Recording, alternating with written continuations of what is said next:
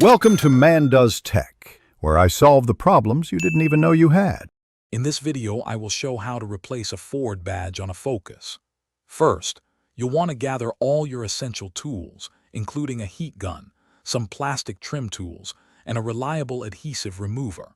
Next, make sure to thoroughly clean the area where the old badge sits. This step is crucial for the new badge to adhere correctly.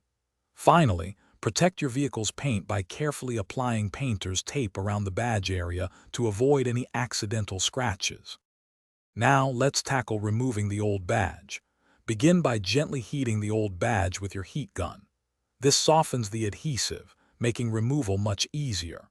Once the adhesive is warm, carefully use a plastic trim tool to pry the badge off. Always work slowly and with caution to prevent scratching your vehicle's paint.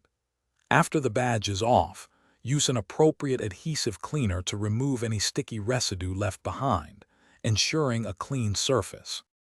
With the old badge removed and the surface clean, it's time to install your new Ford badge. First, double-check that the area is completely dry and free of any dust or debris. Next, carefully align the new badge. Take your time to ensure it's perfectly straight and centered for that professional finish. Once aligned, apply firm, even pressure across the entire badge for several seconds. This helps the adhesive bond securely to the vehicle's surface. To ensure your new badge stays put, allow its adhesive to cure for at least 24 hours before exposing it to any moisture or extreme temperatures. During this time, avoid washing your car or driving in heavy rain.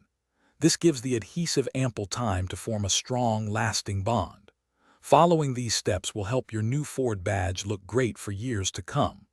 Before you go, remember to check the description for a link to Darn Tough socks and other great deals. Thanks for watching. If you found this helpful, don't forget to like and subscribe.